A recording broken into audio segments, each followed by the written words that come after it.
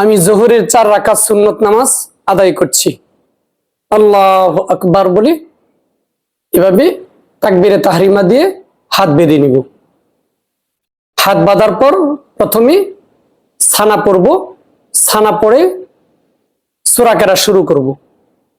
সূরা ফাতিহা তথা আলহামদু শরীফ পড়ব এবং তার সাথে আমার যে সমস্ত সূরা মুখস্থ আছে সিরিয়াল ঠিক রেখে একটি সূরা মিলিয়ে পড়ব। এরপর রুকুতে চলে যাব। রুকুতে 3 বার 5 বার বা 7 বার সুবহানা রাব্বিয়াল আযীম পড়ে নিব, কমপক্ষে 3 বার পড়তে হবে।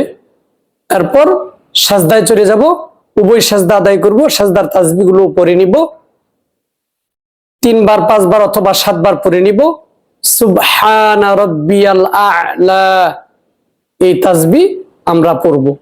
এরপর 2 সাজদার পর আবার সোজা হয়ে দাঁড়িয়ে দ্বিতীয় রাকাত আমরা পড়ব। দ্বিতীয় রাকাতে আবারও সূরা ফাতিহা তথা আলহামদু শরীফ পড়ব, তার সাথে একটি সূরা মিলিয়ে পড়ব। পরে রুকুতে চলে যাব, রুকুর তাসবিহ আদায় করব। এরপরে আবার সাজদায় চলে যাব, সাজদায় গিয়ে 2টি সাজদা আদায় করব।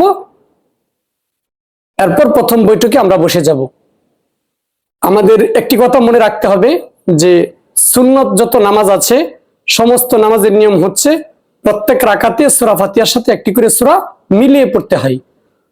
আর সুন্নত যদি 2 রাকাত বিশিষ্ট হয় তাহলে 2 রাকাত নামাজ পড়ে বৈঠকে বসে তাশাহুদ তথা আত্তাহিয়াতু দুরূদ শরীফ দোয়া সূরা সবকিছু পড়ে ডান কাঁধে এবং বাম কাঁধে সালাম ফিরিয়ে নামাজকে সুসম্পন্ন করে নিব।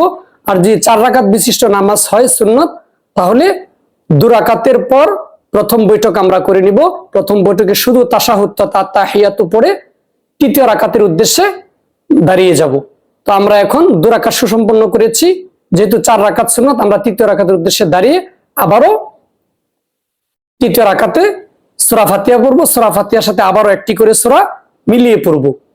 এরপরে এভাবে চতুর্থ রাকাত আদায় করে চতুর্থ রাকাতে 2 সাজদার মাধ্যমে সুসম্পন্ন করে আমরা শেষ বৈঠকে বসব। বসে তাশাহুদ তথা তাহিয়াতু পড়ে নিব, দুরূদ শরীফ পড়ব এবং দোয়া মাসুরা পড়ব।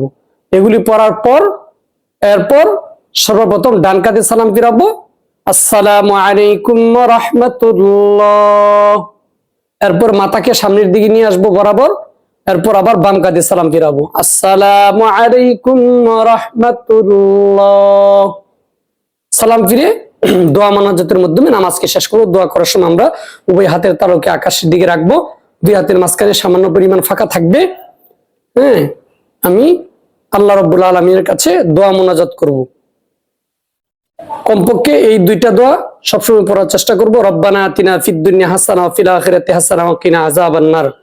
একজন বান্দাবান্দির জন্য দুনিয়াতে যা কিছু প্রয়োজন সবকিছুই দুনিয়াতে এবং পরকালে যত কিছু তার প্রয়োজন সবকিছু এটার মধ্যে আছে।